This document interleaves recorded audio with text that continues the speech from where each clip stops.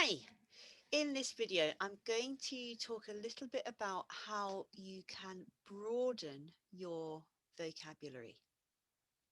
So firstly, to explain what I mean by broaden vocabulary, it really means having a very wide range of ways to say the same thing. So we're really talking about synonyms and being able to paraphrase so that you've got the flexibility in your language to be able to say stuff in the best way for any given situation. So I'm going to start by sharing my screen. And I was working with a very, very high level student, I don't know, 2 weeks ago, a very, very, very capable English speaker. And this, I'm using this as an example because it's such a good example of what high level speakers often do. I can't remember the exact sentence that came up in the lesson, but it was something like this.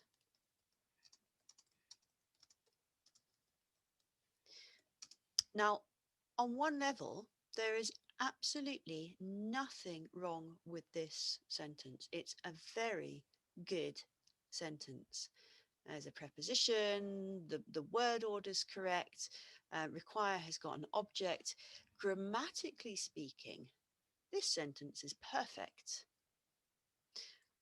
I would not ever say this sentence.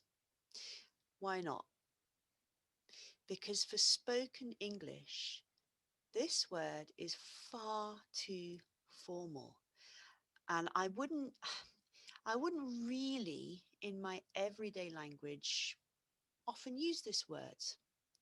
So this is a real problem for students because how do you know? How do you know what word to use where? Which way of saying something to use where?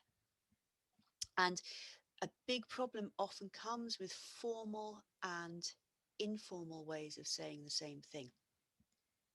So if it was me saying this sentence, I would be much more likely to say this.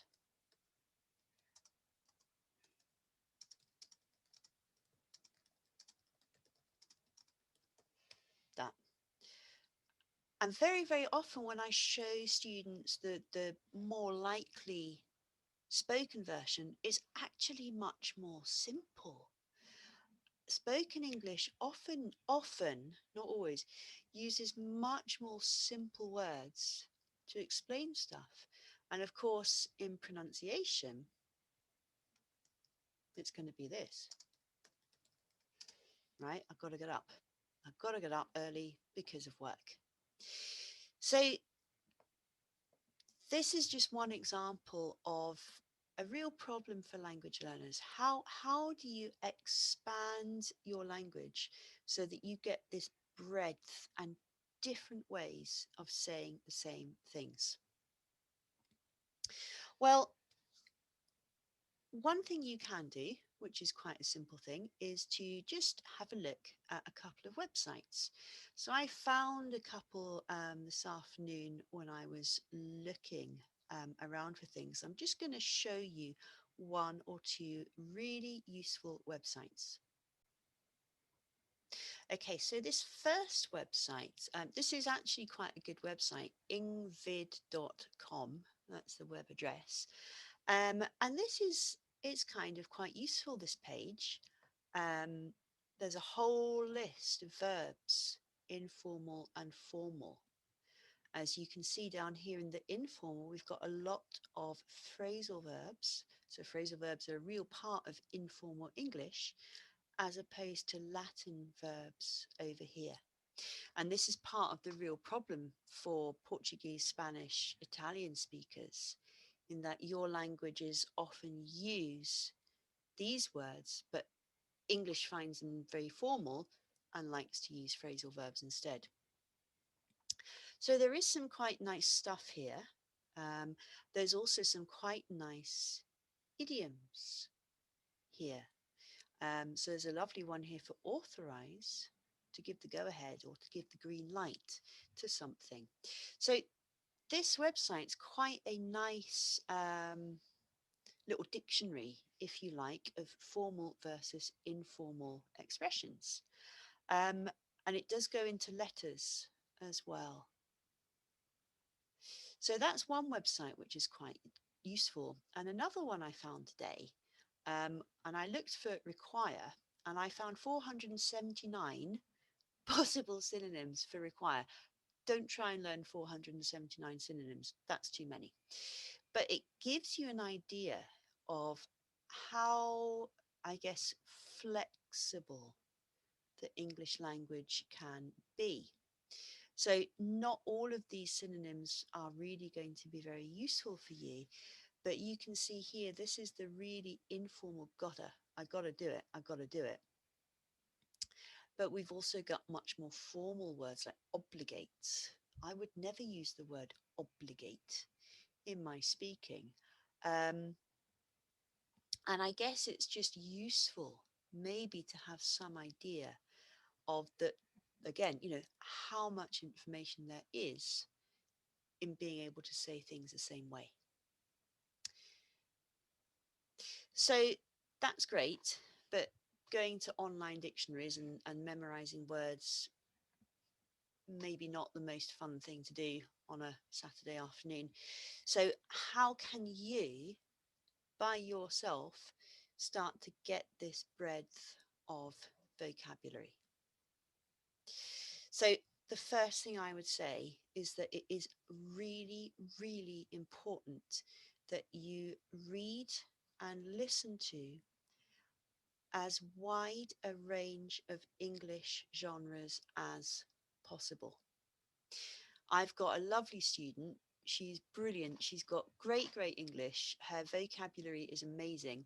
And she can read any article on the Guardian website or the Economist, no problem. So she's got this huge bank of very, very formal language, which is brilliant. Of course, when we're speaking, it's not quite the right language to be using. And this is why, awesome to read The Guardian, but you need to back that up by reading much more informal stuff too. Blogs, recipes, reports about football games, novels, short stories, poems. The internet is full of written English, and you want to really read as many different kinds of it as you can. Because if you always read formal English, like The Economist, well, your vocabulary is going to become very, very formal. And the same goes for listening. Yeah, brilliant. Watch TED Talks. I love TED Talks. They're a great resource for language learners. But you're always listening to a monologue. You're always listening to one person giving their opinion about a topic. It's not the same as two people in a cafe having a chat. So YouTube, you can go into YouTube and type two people in a cafe having a chat, see what comes up. You can type in natural spoken English, interviews with native speakers, whatever you need to really make sure that you are listening to a big, big range of different genres. So once you've done that, once you've got this range of text types from formal to informal, then you need to become this language detective, right?